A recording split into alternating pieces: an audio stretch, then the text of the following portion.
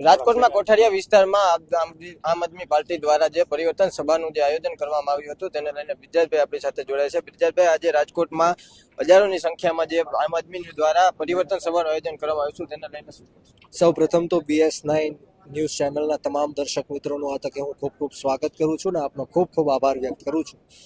જે રીતના સમગ્ર ગુજરાતની અંદર આમ આદમી પાર્ટી પરિવર્તન સભાનું આયોજન કરવામાં આવ્યું છે, ત્યારે આજે રાજકોટ શહેરની અંદર કોઠારિયા ગામમાં જે રીતના ગોપાલભાઈ ઇટાલિયા અને ઈસુદાનભાઈ ગઢવીજીના અધ્યક્ષસ્થાને હજારોની સંખ્યામાં તમે જેમ જોયું કે સ્વયંભૂ લોકોની ભીડ છે એ ઉમટી પડી, ત્યારે 100% એવું લાગે છે કે આવનારા દિવસોમાં સમગ્ર ગુજરાતની અંદર વિસાવદરવાળી થવાની છે. કારણ કે ભારતીય જનતા પાર્ટીના શાસનમાં ખેડૂતો ત્રાહિમામ પુકારી ચૂક્યા છે. યુવાનો હોય, મહિલાઓ હોય, રત્ન કલાકારો હોય, પશુપાલકો હોય, તમામ લોકો, દરેક સમાજ જ્ઞાતિ અને ધર્મના લોકો ત્રાહિમામ પુકારી ચૂક્યા છે.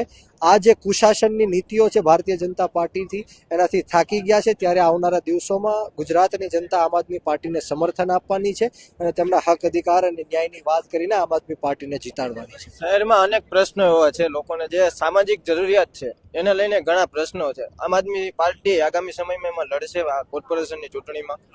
રાજકોટ શહેરની અંદર અમારે દિનેશભાઈ હોય, તેજસભાઈ હોય, અજીતભાઈ લોકીલ હોય, રાહુલભાઈ હોય, શિવલાલભાઈ હોય, તમામ આમ આદમી પાર્ટીની ટીમ અત્યારે ગ્રાઉન્ડ ઝીરો ઉપર રહીને એમના જે મૂળભૂત પ્રશ્ન છે, જે રીતના રાજકોટ શહેરના લોકો હજારો કરોડો રૂપિયાનો ટેક્સ ભરવા છતાં પણ તૂટેલા રોડ રસ્તાના પ્રશ્ન છે, ગટરના પ્રશ્ન છે, લાઇટના પ્રશ્ન છે, સરકારી શાળાઓના છે, સરકારી સ્કૂલોના પ્રશ્ન છે, એમની માટે અવાજ બુલંદ કરી રહ્યા છે.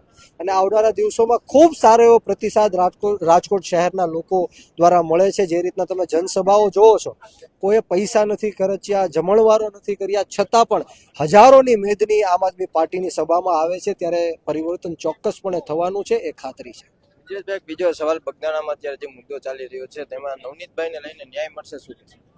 નવનીતભાઈ બાલદિયાનો જે અત્યારે બગદાણા ખાતે મુદ્દો ચાલી રહ્યો છે, ખૂબ જ દુઃખદ ઘટના છે. આ કોઈ સમાજની વાત નથી, પરંતુ સમગ્ર ગુજરાતના ન્યાયતંત્ર ઉપર એક કલંક છે. કારણ કે આજે 20 દિવસ થઈ ગયા છતાં પણ નવનીતભાઈ બાલદિયાને ન્યાય નથી મળ્યો. આ કોઈ સામાજિક મુદ્દો નથી, બે સમાજનો મુદ્દો નથી, આ વ્યક્તિગત મુદ્દો છે. અસામાજિક તત્વો હોય એ કોઈ સમાજ જ્ઞાતિ કે ધર્મના હોતા નથી, પરંતુ આપણે સૌએ સાથે મળીને 18 વર્ણના લોકોએ, દરેક સમાજ જ્ઞાતિ અને ધર્મના લોકોએ સાથે મળીને આવા અસામાજિક તત્વોને ડામી દેવા પડશે. કોઈ પણ આમાં ચમરબંધી હોય એને સરકાર છોડશે નહીં, એવી મને સંપૂર્ણ ખાતરી છે. મને ન્યાયાલય ઉપર ખાતરી છે, વિશ્વાસ છે કે નવનીતભાઈ બાલદિયાને ન્યાય આપશે, અને નહીં આપે તો અમે શહીદ આઝમ સરદાર ભગતસિંહના માર્ગ ઉપર પણ ચાલવા માટે તૈયાર છીએ.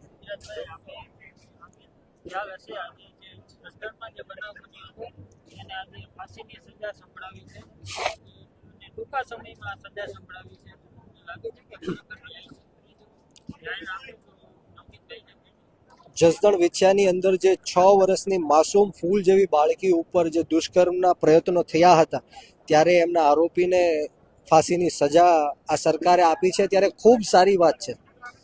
આવી રીતના જે કોઈ પણ મહિલાઓ સાથે હોય, અન્યાય અને અત્યાચાર કરે, દુષ્કર્મ હોય, અને ફાંસીની સજા થવી જોઈએ જ જોઈએ. પરંતુ સાથે સાથે મારે ભારતીય જનતા પાર્ટીને સવાલ પૂછવો છે, હર્ષ સંઘવીને સવાલ પૂછવો છે. એવા અનેક નેતાઓ ભારતીય જનતા પાર્ટીમાં છે જે આવા બનાવો સાથે જોડાયેલા છે, જે રેપિસ્ટો છે, મહિલાઓની છેડખાનીમાં આવી ગયા છે, કરોડો રૂપિયાના ભ્રષ્ટાચાર કર્યા છે. તો શું ભારતીય જનતા પાર્ટી એમને પણ ફાંસીની સજા આપશે? કે માત્ર ને માત્ર આ ગુનો છે, એ આ કાયદો છે માત્ર ગરીબ અને પછાત લોકો માટે છે? આ મારો એમને સવાલ છે. ખૂબ સારી વાત છે, આવા દુષ્કર્મને લઈને લોકોને ફાંસીની સજા થવી જ જોઈએ, જેથી કરીને આવા જે બનાવો છે બનતા અટકાય. પરંતુ આ જ કાયદો છે એ ભારતીય જનતા પાર્ટીના નેતાઓ પર પણ લાગુ થવો જોઈએ. નવનીતભાઈ દ્વારા આક્ષેપ કરવામાં આવે છે કે જયરાજ આહિર દ્વારા કરવામાં આવ્યું છે, તમને શું લાગે છે આક્ષેપ થયા છે એમાં કઈ કાર્યવાહી થશે આગળ?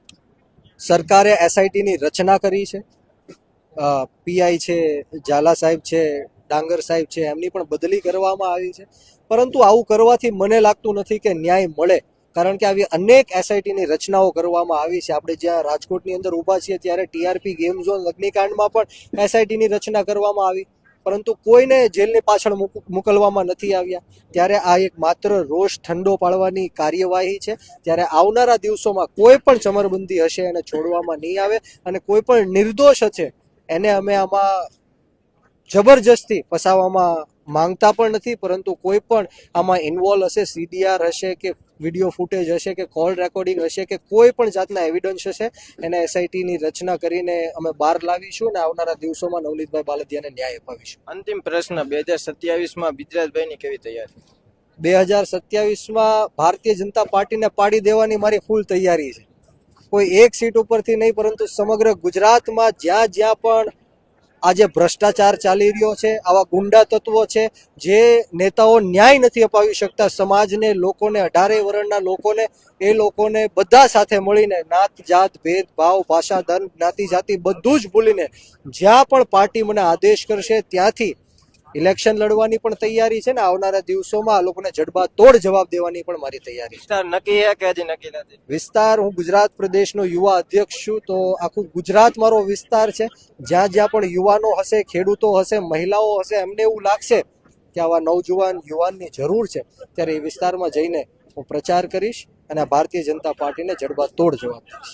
ચોક્કસથી આપણે વાત કરીએ તો બ્રિજરાજભાઈ સાથે જે વાતચીત કરી છે અને 2027માં પણ આગામી સમયમાં તેઓની તૈયારી છે તે દર્શાવી રહ્યા છે. હવે આગામી સમય 2027માં જે ચૂંટણી આવે ત્યારે સૌથી એવું મહત્વનું રહેશે કે ગુજરાતમાં પરિવર્તન આવશે કે નહીં. આ રાજકોટમાં જે પરિવર્તન સભા યોજાણી હતી તેમાં હજારોની સંખ્યામાં જે લોકો જોડાયા હતા અને તેને લઈને આપણે બ્રિજરાજભાઈ સાથે વાતચીત કરી અને જાણવાનો પ્રયત્ન કર્યો. કેમેરા પર્સન રાજેશ જોશી સાથે Pradeep Pathak, BS9 TV news, Rajkot.